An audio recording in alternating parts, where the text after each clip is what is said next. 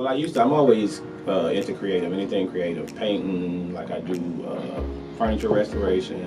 Don't overthink it. Have a good time with it. Have fun. Like, pictures are gonna turn out great when you're not thinking about it.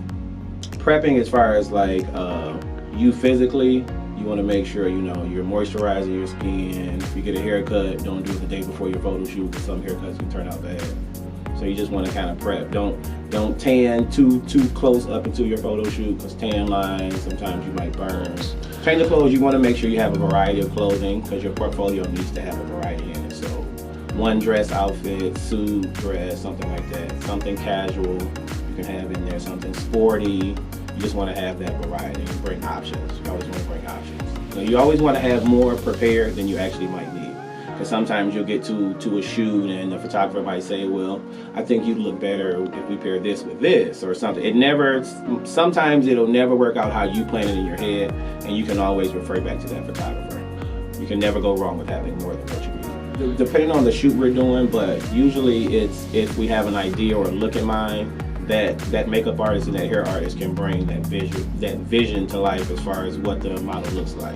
They can usually cover any blemishes or anything like that, so it's not really, so you don't have to really worry about stuff like that. Your portfolio is how you book jobs, so you always want to make sure that your book looks like how you look in person. So anytime you update your look, you want to make sure you update your portfolio. So if you get a haircut or you shave all your hair off, you want to make sure your book is updated, because if a client looks through that book and says, okay, I want this person because I love the way their hair looks, and you don't look like that, then it's a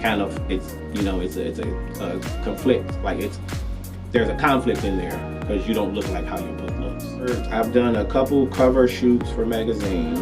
They were pretty large. I've done some underwear ads with Marco and stuff like that. I'm working actually now with a Michigan-based underwear brand that's kind of starting out, but they're getting large. They're getting pretty big. So I've shot pretty much all of their things, their banners, their logos. Like I've done everything for them. You want to show that you're serious about this. You want to invest in you.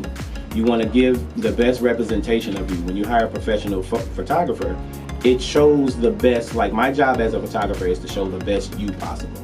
So, and when you do that professionally, I'm going to take the time to make sure that you have good photos. Good photos can sell you as a client, as a talent. Like it portrays you in the best light possible. Like when I'm working with a client that has just this is like one of their first photo shoots, I don't expect them to do crazy posing, but I will instruct them, stand this way, arm up, stuff as far as their body movements.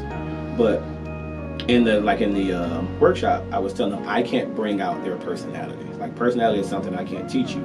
You have to be able to exude that to my camera. Like, my camera's gonna pick up when you're uncomfortable and things like that. Like, I can tell you how to stand, but if you're not giving me you, then the pose means nothing. So it's important to learn posing, but you also have to know what's a good side for you, because I don't know what's gonna make you feel comfortable as far as looking at my camera.